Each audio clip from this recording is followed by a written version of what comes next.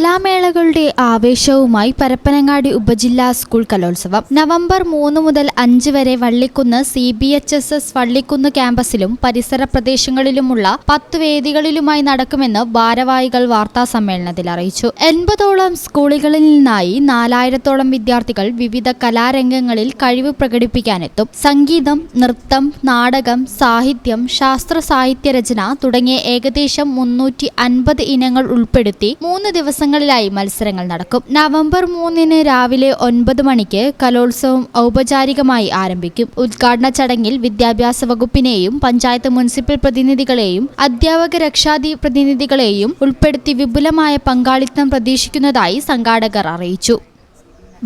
അവരുടെ നേതൃത്വത്തിൽ ഡിസിപ്ലിൻ കമ്മിറ്റിയും ഒക്കെ സജീവമായിട്ട് പ്രവർത്തനം ആരംഭിച്ചിട്ടുണ്ട്. എന്തായാലും 3, 4, 5, 6 ദിവസങ്ങൾ വള്ളിക്കുന്ന് പഞ്ചായത്തിൻ്റെ തന്നെ ഒരു മഹാമേളയാക്കി മാറ്റാനുള്ള ഇടപെടലാണ് പ്രോഗ്രാം കമ്മിറ്റിയുടെയും ഓർഗനൈസിംഗ് ജനറൽ കമ്മിറ്റിയുടെ ഭാഗത്തുനിന്നും നടന്നുകൊണ്ടിരിക്കുന്നത്.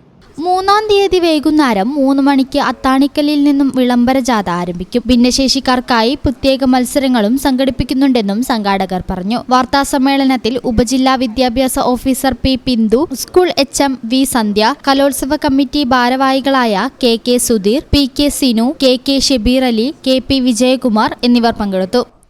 ഈ channel news Parappanangadi.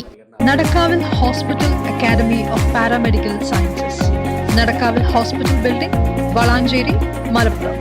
Phone number 04942084 010 7034 071111.